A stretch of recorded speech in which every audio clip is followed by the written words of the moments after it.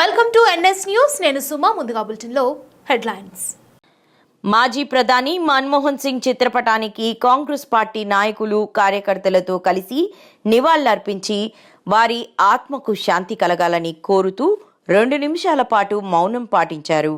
మన్మోహన్ సింగ్ భారతదేశ ఆర్థిక వ్యవస్థలో విప్లవాత్మక సంస్కరణలు. మన్మోహన్ సింగ్ రిజర్వ్ బ్యాంక్ గవర్నర్గా, యూజీసీ చైర్మన్గా విశిష్ట సేవలందించిన ఆయన ఆర్థిక మంత్రిగా బాధ్యతలు చేపట్టారు. మన్మోహన్ సింగ్ హయాంలో చేపట్టిన సంస్కరణల వల్ల మన ఆర్థిక వ్యవస్థ కొత్త పుంతలు తొక్కింది. ఆయన అందించిన సేవలు చిరస్మరణీయమైనవని తెలిపారు.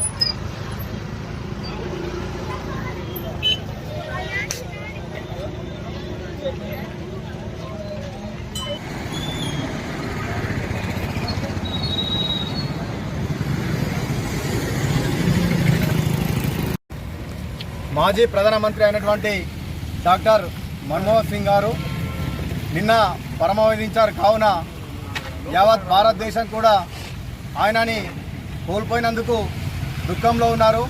ఎందుకంటే ఆయన ఒక ఆర్థికవేత్త. పివి నరసింహారావు ప్రధానిగా ఉన్నప్పుడు ఆర్థిక సంస్కరణలు భారతదేశానికి తీసుకొచ్చిన ఒక ఆర్థికవేత్త. అదేవిధంగా ఆయన రిజర్వ్ బ్యాంకు గవర్నర్గా కాంగ్రెస్ పార్టీకి కానీ దేశ ప్రజలకు కానీ ఎంతో సేవ చేసినటువంటి వ్యక్తి. ప్రధానిగా ఉన్నప్పుడు 10 సంవత్సరాలు సంకీర్ణ ప్రభుత్వాన్ని పటిష్టంగా నడిపించినటువంటి ఒక మహానాయకుడు. అంతేకాకుండా సమాచార హక్కు చట్టం, ఉపాధి హామీ చట్టం, అదేవిధంగా ఆహార భద్రత చట్టాలని ప్రధానిగా ఉన్నప్పుడు తీసుకొచ్చినటువంటి ఘనత ఆయనకే దక్కుతుందని చెప్పేసి మేము చెప్తా ఉన్నాం. ఏదైతే బడుగు బలహీన వర్గాలు సామాన్యులు అందరికీ కూడా అందుబాటులో ఉన్నటువంటి చట్టాలను తీసుకొచ్చినటువంటి ఒక ఉత్తమ ప్రధాని ఈ మన్మోహన్ సింగ్ గారు. అదేవిధంగా ఒక మంచి ఆర్థికవేత్త. మన ఆర్థిక సంస్కరణలు మన దేశానికి తీసుకొచ్చి ప్రపంచంలో భారతదేశ ఆర్థిక వ్యవస్థను పటిష్టంగా నిలిపినటువంటి వ్యక్తి మన ప్రధాని మన్మోహన్ సింగ్ గారు. కావున ఈరోజు మన తెలంగాణ రాష్ట్రము ఆయన ప్రధానిగా ఉన్నప్పుడే ఇచ్చిండు. అందులో కీలక పాత్ర పోషించినటువంటి మన మన్మోహన్ సింగ్ గారు ఈయన ఈరోజు పరమవధించారంటే మనమందరం కూడా చాలా బాధతో ఉన్నాం. ఓన్లీ మన భారతదేశం కాదు, యావత్ ప్రపంచంలోని దేశాలన్నీ కూడా ఈరోజు ఒక మహనీయుని కోల్పోయినామని చెప్పేసి మనమంతా బాధతో ఉన్నాం. మరొక్కసారి వారికి మా యొక్క నందిపేట మండల కాంగ్రెస్ పార్టీ తరఫున, నందిపేట మండల ప్రజల తరఫున వారికి నివాళులు అర్పిస్తున్నాం. జోహార్ జోహార్ డాక్టర్ మన్మోహన్ సింగ్ జీ.